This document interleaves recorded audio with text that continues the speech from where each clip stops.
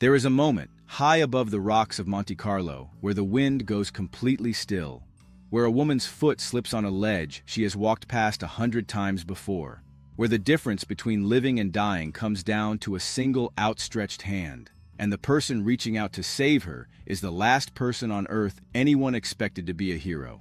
This is a story about a marriage that survived a bullet, a mother who has spent years trying to buy her way back into a family that despises her, and a single afternoon in the south of France that is about to rewrite every rule about who deserves forgiveness. Before this week is over, someone is going to owe their life to their worst enemy, and nobody, not even the people standing on that cliffside, will know how to feel about it. I'm Adam, and this is Buzz Delight, the channel where we go past the recap and into the psychology of the people who keep you glued to your screen every single day. If you're new here, do yourself a favor and hit subscribe right now, because we break down every twist on The Bold and the Beautiful before it even airs. And trust me, you do not want to miss what's coming. Now let's get into it. Steffy Forrester and John Finnegan, the man everyone still calls Finn, are standing in front of a church in Monaco, wrapped up in each other, completely unaware that they are being watched. This is supposed to be a celebration, a private, sacred anniversary between two people who have already survived the unthinkable. Because this is the exact spot, almost to the day, where Steffy learned that Finn was alive after being told he was dead, shot by his own adoptive mother, left for dead in a cabin while Steffy grieved a man she thought she'd lost forever. That kind of trauma doesn't just fade into a nice memory you revisit once a year with a kiss and a glass of champagne. It becomes part of the architecture of a marriage. Every anniversary after a near-death experience carries a second layer underneath the romance, a quiet acknowledgement that this happiness was almost stolen from them. And that's exactly what makes what happens next so cruel. Because the woman watching them kiss from a distance, hidden just enough to avoid detection, but close enough to see every intimate detail, is Sheila Carter, the same woman who pulled the trigger. The same woman whose obsession with her son has never actually gone away, no matter how many times she's been chased out of his life, arrested, exiled, or humiliated. Sheila didn't come to Monaco to torment anyone. At least that's not how she would tell it.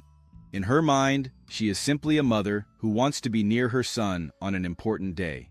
But intention rarely matters to the people who have been hurt, and Steffy has been hurt by Sheila in ways that go far beyond a single gunshot. This is a woman who has spent years dismantling Steffy's sense of safety, showing up uninvited at the worst possible moments, treating boundaries as suggestions rather than rules. So when Finn told his mother, in no uncertain terms, to get on a plane and go home, Sheila's decision to stay becomes something much darker than a simple lapse in judgment. It becomes a statement, a quiet declaration that she does not believe the rules apply to her when it comes to her son. What makes this particular act of defiance so unsettling is the excuse Sheila gives herself. She bought a return ticket. She had every intention, or so she claims, of actually leaving. But then there was time to spare. A little sightseeing here, a walk along the coastline there, and suddenly a woman who was supposed to be thousands of miles away is instead trailing her son and daughter-in-law along the beaches of Monte Carlo, using the same driver, tracking their movements with an unsettling level of precision for someone who insists she isn't stalking anyone. That word, stalking, is going to become impossible to avoid once Steffy figures out what's really happening. Because there's a difference between a mother who happens to overlap paths with her son on vacation and a mother who is engineering those overlaps while hiding under a beach towel to avoid being seen. And Steffy does see her. Despite Sheila's best efforts to blend into the sand and disappear into the crowd of tourists soaking up the Mediterranean sun, Steffy's instincts, the same instincts that have kept her alive through kidnappings, shootings, and years of chaos, kick in immediately. She rips the towel away and comes face to face with the woman who nearly ended her marriage before it even had a chance to fully begin. What follows is not a calm conversation. It's not a measured confrontation between two adults working through their differences. It's rage. Pure, unfiltered fury from a woman who thought she had finally earned a few days of peace, only to discover that peace was an illusion the entire time. Finn is caught in the middle, and this is where his character faces one of the most psychologically exhausting positions a person can be put in. He has to explain, in real time, on a beach, in front of his furious wife, that yes, his mother was on the plane. Yes, he knew. And no, He didn't tell Steffy, presumably hoping the situation would resolve itself quietly before it ever became an issue. That silence, that decision to manage his mother's behavior privately instead of bringing his wife into the loop immediately, is going to sting almost as much as Sheila's presence itself. Because for Steffy, this isn't just about Sheila anymore. It's about whether her husband is capable of setting a hard line with his own mother, or whether Sheila will always find a crack in the foundation to slip through, using Finn's guilt and complicated love for her as leverage. This is the tightrope Finn has walked his entire adult life. He didn't grow up with Sheila. He was raised by a different family, only reconnecting with his biological mother as an adult, and there's a particular kind of vulnerability in that dynamic.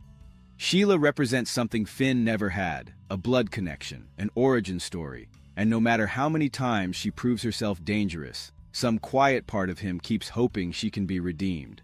That hope is not naive, it's human. But it's also exactly the kind of hope that predators like Sheila know how to exploit, whether she's doing it consciously or not. Now, here is where the story takes its most dangerous turn. According to everything being teased for this stretch of episodes, Steffy is not simply going to storm off after this confrontation and cool down over a glass of wine. She is going to find herself in real, physical danger. The details are being kept deliberately vague, but the picture being painted is one of a furious, emotionally overwhelmed woman storming away from a confrontation, taking a misstep somewhere she shouldn't be, likely along a rocky, elevated stretch of coastline, and ending up dangling, quite literally, over the edge of a fall that could kill her. And who is right there to save her? Sheila. Let that sink in for a moment. The woman who shot Steffy. The woman who has spent years being the villain of this entire family's nightmares. The same woman who was creepily watching her son kiss his wife just hours earlier is about to become the reason Steffy Forrester is still alive. This is the kind of narrative gut punch that soap storytelling does better than almost any other genre, because it doesn't offer a clean, comfortable resolution. It forces every character and every viewer to sit with an uncomfortable truth. Someone can be dangerous and still do something heroic. Someone can be manipulative and still genuinely save a life.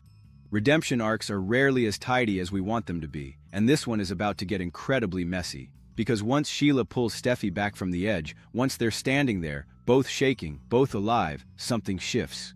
You can already feel the entire emotional architecture of this family being forced to recalibrate. Finn is going to feel a gratitude toward his mother that he has spent years refusing to feel. A gratitude that is going to complicate every boundary he's tried to set with her. And Steffy, the woman who ripped a towel off Sheila's hiding spot in a fit of rage just hours earlier, now owes her life to that same woman. How do you hate someone who just saved you? How do you keep a person at arm's length when they just proved, in the most visceral way imaginable, that they would put themselves in danger for your sake? It's worth pausing here to really examine the pattern Sheila Carter has built her entire existence around, because it isn't random. Time and time again, when Sheila finds herself completely locked out, exiled, hated, and out of options, she doesn't disappear quietly. She engineers her way back in through crisis. She has an almost supernatural ability to be standing in exactly the right place at exactly the right moment when someone she loves is in danger. And whether that's calculated positioning or genuine coincidence born from her relentless need to stay close to the people who reject her, the effect on the people around her is identical every single time. Fear turns into dependence. Dependence turns into forgiveness. And forgiveness, however conditional, is the only currency Sheila has ever really wanted. It's a survival strategy built on chaos, and the tragic irony is that it works precisely because the people in her orbit keep finding themselves in situations dangerous enough to require saving.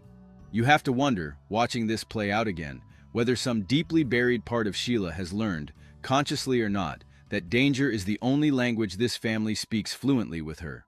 Safety gets her nothing. Catastrophe gets her a seat at the table. This single moment on a Monaco cliffside is positioned to become one of the most consequential turning points in Sheila's decades-long war to be accepted by this family. Because even Ridge Forrester, a man who has never trusted Sheila for one single second, who has watched her poison relationships, fake pregnancies, and manipulate her way into rooms she has no business being in, may find himself unable to justify keeping her at a distance after this. Yes, she shot Steffy. That's not something anyone is going to forget. But this is also a woman who once saved Taylor Hayes' life, and now, potentially, Steffy's as well. At what point does a pattern of dangerous behavior get outweighed by a pattern of life-saving intervention? That is the exact psychological tightrope this story is about to force every character to walk. And there's a deeper layer here too, one that's easy to miss if you're only watching the surface drama. Sheila's entire existence in this family has been built around a desperate hunger to belong. She wants to see her son. She wants to know her grandson, Hayes. She wants Christmases and birthdays and normal, mundane family moments that most people take for granted. If this rescue becomes the turning point that finally earns her some kind of conditional welcome into the family, even on probation, even with everyone watching her like a hawk, it changes the entire emotional temperature of every future gathering. Picture it. Christmas dinner, with Sheila sitting at the table, trying to behave herself, while Deacon Sharp and Taylor Hayes are also in the room. Two people who know exactly what Sheila is capable of, who have their own complicated histories with her, forced to share a holiday with a woman none of them fully trust, but none of them can fully exclude anymore either. Ridge, in particular, is going to feel this shift more acutely than almost anyone else in the family, because his relationship with Sheila is layered in a way that most people forget about. This is a man who has, at different points in his life, owed genuine gratitude to Sheila Carter, most notably for the time she stepped in to save Taylor's life, an act that complicated his ability to view Sheila as purely monstrous, even during the years he fought hardest to keep her away from his children. Ridge has always occupied an uncomfortable middle ground with her, unable to fully forgive, unable to fully condemn, caught between the father who wants to protect his daughter from a woman who once put a bullet in her, and the man who remembers exactly what it felt like to have that same woman save someone he loves. If Sheila saves Steffy now, Ridge is going to be forced right back into that same impossible position, except this time the stakes belong to his own daughter, and that changes everything about how much weight this decision carries. Speaking of Deacon and Taylor, their story this week is unfolding in a completely different emotional register, but it carries just as much weight. Deacon has gotten down on one knee. He's asking Taylor Hayes to marry him, and her response is not the fairy tale yes you might expect. Instead, she asks him, quite bluntly, if he's serious. This isn't a woman playing coy or building suspense for dramatic effect. This is a woman genuinely questioning whether marriage, at this stage of her life, after everything she's already been through, actually makes sense. Taylor's hesitation deserves more attention than it might initially get because it says something important about who she's become. This is a woman who has been married before, who has lost people, who has watched relationships crumble under the weight of outside pressure and internal chaos. Her fear isn't that she doesn't love Deacon. It's that marriage itself, the formal declaration, the legal and social weight of it, might somehow disrupt something that currently works precisely because it hasn't been overdefined. There's a very real psychological pattern where people who have been burned by commitment start to view it as inherently destabilizing, even when the relationship itself is healthy. Taylor isn't rejecting Deacon. She's protecting what they have from the pressure of what marriage might turn it into. Deacon, for his part, represents a genuinely fascinating character study here. This is a man with an infamous history, a man who has made catastrophic mistakes, who has been the villain in other people's love stories more than once. And now, here he is, older, presumably wiser, kneeling in front of a woman he clearly loves, willing to make himself vulnerable in a way his younger self never would have. Whether Taylor says yes or no, the fact that Deacon is even in a position to propose, to be taken seriously as a partner worth considering for marriage, is its own quiet redemption arc running parallel to everything happening in Monaco. Now let's pull the lens back to Los Angeles, because while Steffy is dangling off a cliff and Deacon is on one knee, an entirely different kind of storm is brewing, and this one is business, family, and personal betrayal, all tangled into a single combustible thread. Brooke Logan is furious. And when Brooke Logan is furious, everyone within a 100-mile radius should probably brace for impact. The source of her rage is Fanny Grayson, a fragrance designer who recently inked a deal, not with Forrester Creations, but with Katie Logan, Brooke's own sister. And according to what Fanny herself told Brooke directly, this wasn't some outside poaching effort. Fanny came to Forrester first. She offered them the opportunity, and Forrester turned her away.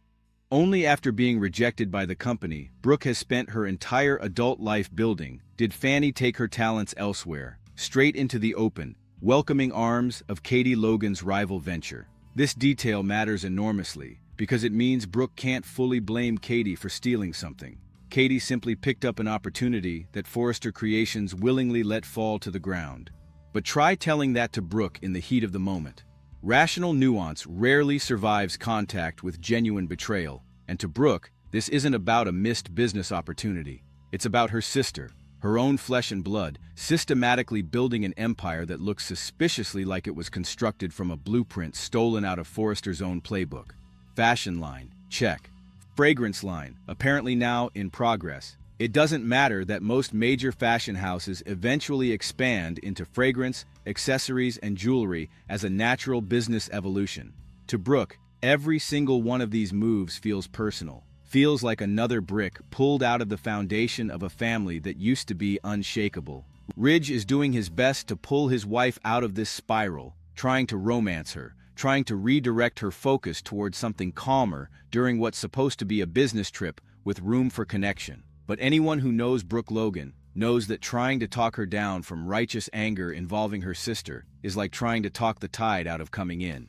The moment she's back on American soil, she is going to march directly toward a confrontation with Katie. And if history has taught us anything about these two, calm, measured conversation is not going to be on the menu. Expect raised voices, expect old wounds getting reopened. Expect Brooke to frame this entire fragrance deal not as smart business, but as one more chapter in Katie's ongoing campaign to build a rival kingdom specifically designed to humiliate the family she left behind. And here's where the stakes climb even higher, because this isn't happening in a vacuum where Forrester Creations is thriving and can simply shrug off a little competition. Behind closed doors, Ridge has already delivered some sobering news to Steffy and Brooke about the company's financial health, and it isn't good. Eric's most recent couture line, an ambitious and expensive undertaking, did not perform anywhere close to expectations. The costs were high, the sales were disappointing, and that combination is exactly the kind of quiet crisis that can topple even a legendary fashion house if it isn't addressed quickly and decisively. To really understand why this fragrance deal has hit Brooke so hard, you have to understand what Katie's entire venture represents in the first place. This isn't just a sister launching a competing business. This is a sister who spent years living in Brooke's shadow, quietly watching Brooke take center stage in nearly every major family storyline, every major romance, every seat of power inside Forrester Creations, finally deciding she was done waiting for permission to build something of her own. There's something almost inevitable about the way this rivalry escalated. Katie didn't just want a business, she wanted proof, to herself as much as to anyone else, that she could stand on equal footing with the sister who has spent decades being the emotional center of gravity in this family. And every time Katie's new venture succeeds, whether it's landing a designer, closing a deal, or expanding into fragrance, it doesn't read to Brooke as smart business.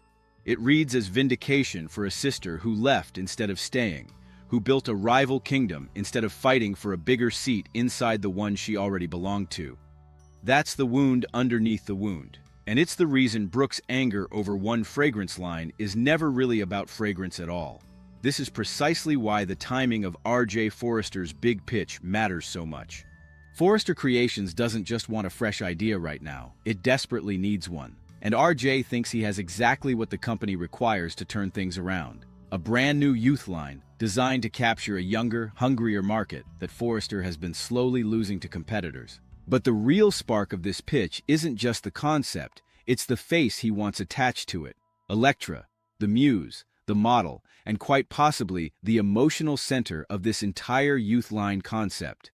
RJ isn't just proposing a product, he's proposing a partnership, positioning Elektra not as a hired face for a campaign, but as the actual creative inspiration behind the designs themselves, with RJ and Zende Forrester working alongside her to bring the vision to life. There's something genuinely compelling about watching RJ step fully into his identity as a designer here, not as Eric's grandson riding on legacy, not as Ridge's son inheriting an obligation, but as a creative voice with his own instincts about what the next generation of Forrester fashion should look like. There's also something worth noting about the dynamic between RJ and Zende in all of this.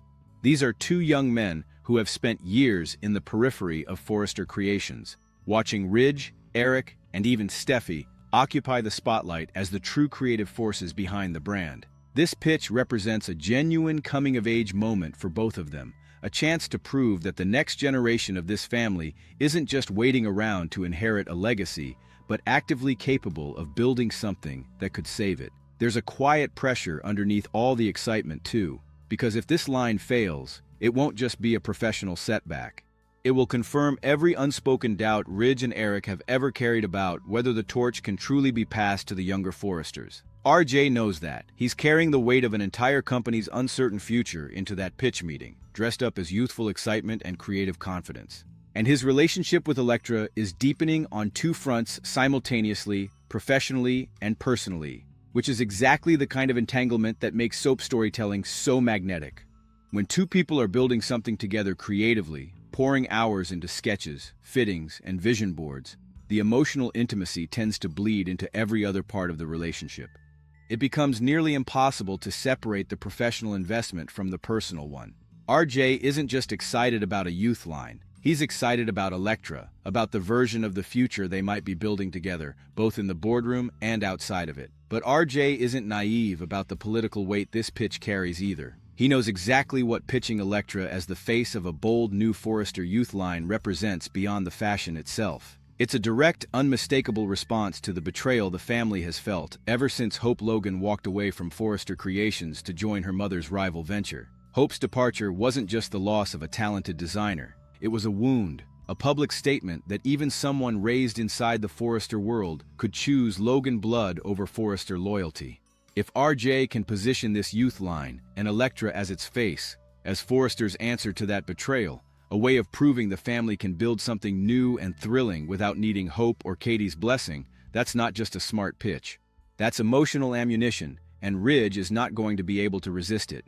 With Ridge and Brooke arriving back in Los Angeles ahead of Steffy, who's staying behind in Monte Carlo to enjoy whatever time she has left with Finn before the chaos of Sheila fully catches up with them, RJ finally has his opening. His parents will likely be among the very first people to hear this pitch in full, and given everything we already know about the family's financial anxiety and their hunger for a win against Katie and Hope, it's hard to imagine Ridge hesitating for long. This idea checks every box he's desperate to check. Fresh revenue, a compelling story, and a very public, very satisfying way to prove Forrester Creations doesn't need the Logans to survive. But every business triumph in this world seems to come with a shadow attached, and this one might be named Dylan. While RJ and Elektra are building momentum on their pitch, another relationship entirely is heating up in a way that could complicate everything. Will Spencer and Mellis Dillon are about to share a night of genuine passion, the kind of intimacy that shifts the emotional stakes of a relationship from flirtation into something far more consequential. Dillon finally gets exactly what she's been chasing from Will, and on the surface, this reads like a simple romantic payoff. But knowing what we know about Dillon and about the tangled web she's already weaving inside this family, nothing about her involvement ever stays simple for long. Here's the detail worth paying close attention to. There's a real possibility that Dillon is going to overhear RJ getting excited, maybe even careless, talking about his pitch for Elektra's youth line before it's officially locked in. And Dillon is not the kind of person who lets valuable information simply pass her by. If she realizes she's sitting on insider knowledge about a major Forrester business move before it's public, the question becomes not whether she'll use it, but how and against whom. This matters even more when you consider the tension already simmering around Dillon's presence in this family, particularly Katie Logan's growing suspicion of her. Katie has never fully trusted Dillon, has questioned who she really is beneath the surface, even referring to her by another name entirely when her guard is down, treating her with a wariness that goes beyond simple personality clash. There's an entire undercurrent here about class, about who gets welcomed into these wealthy, powerful families without question, and who gets scrutinized at every turn, and Dillon sits directly in the middle of that tension. If Dillon does leverage what she overhears about RJ's pitch, it wouldn't just be a betrayal of trust. It would validate every suspicion Katie has been quietly nursing about her, and it could hand Katie's business rivalry with Forrester an entirely new weapon, sourced from inside the family's own walls. What makes Katie's wariness so interesting is that it isn't rooted in jealousy or petty dislike. It's rooted in pattern recognition. Katie has spent her entire life watching people underestimate her, watching wealthier, more polished figures assume they belong in rooms simply because they carry themselves with confidence. And she has learned to read the difference between someone who has earned their place and someone who is performing one. Dylan carries herself like someone with something to prove and something to hide in equal measure, and Katie's instinct to question that isn't cruelty, it's self-protection, sharpened by years of being the Logan sister, who had to fight twice as hard to be taken seriously. If it turns out Dylan really is manipulating her way through Will Spencer's affections while quietly gathering leverage against the Forresters, it won't just expose Dylan, it will validate every instinct Katie has been second-guessing herself over. And that kind of vindication tends to make a person even more relentless the next time their gut tells them something is wrong. Layer on top of all of this the deeply personal storyline unfolding between Carter Walton and Daphne Rose Walton, and you start to see just how many emotional fronts this family is fighting on simultaneously. Daphne has confided in Carter something profoundly painful, an early menopause diagnosis that has left her feeling cheated out of an experience she assumed she'd always have the chance to pursue. There's a particular kind of grief that comes with a diagnosis like this, not grief for something lost, but grief for a future that quietly closed a door without warning. Daphne isn't just processing a medical reality, she's processing an identity shift, a recalibration of what motherhood might or might not look like for her. And Carter's response says everything about who he is as a partner. Instead of retreating, instead of treating this as an insurmountable obstacle, he leans in immediately, reassuring Daphne that pregnancy is still possible, that there are paths forward, and that he is fully prepared to walk every single one of them alongside her. This is where the conversation shifts toward in vitro fertilization, toward researching egg donors, toward genuinely educating themselves on options neither of them had to seriously consider before this diagnosis forced the issue. There's also a quieter, harder conversation happening underneath all of this, one that doesn't get talked about enough. Daphne isn't just grieving a medical diagnosis.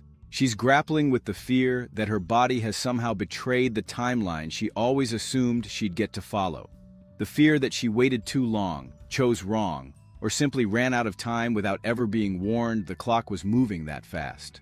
That kind of grief doesn't resolve itself just because a partner shows up with reassurance and a plan. It has to be felt, sat with, and worked through, even while the practical conversations about IVF and donors are happening in parallel. Carter seems to understand this instinctively, which says a great deal about the kind of partner he's choosing to be in this moment. He isn't rushing Daphne toward a solution to make his own discomfort with her pain go away. He's walking beside her at whatever pace she needs, treating the grief and the plan as two things that can coexist, rather than one that has to be resolved before the other begins. And then comes a twist that ties this deeply personal storyline directly back into the emotional chaos unfolding in Monaco. Steffy, in the middle of her own overwhelming, emotionally exhausting week, dangling from cliffsides and confronting the mother-in-law who shot her, may find the space to offer Daphne one of her own frozen eggs. Think about what that gesture actually represents. It's not a small offer, it's an extraordinary act of generosity, the kind that only makes sense between people bound by genuine love and loyalty, allowing Daphne the chance to experience pregnancy and childbirth herself, even if the biological material carrying her forward originated somewhere else. It's messy, emotionally complicated, and undeniably beautiful all at once, exactly the kind of storyline that reminds you why these characters have stayed embedded in viewers' lives for years. So here's where everything stands as this stretch of episodes barrels toward its climax. In Monaco, a woman who nearly died once already is about to nearly die again, this time saved by the very person who once tried to end her life, setting off a psychological chain reaction that could permanently alter how this entire family views Sheila Carter.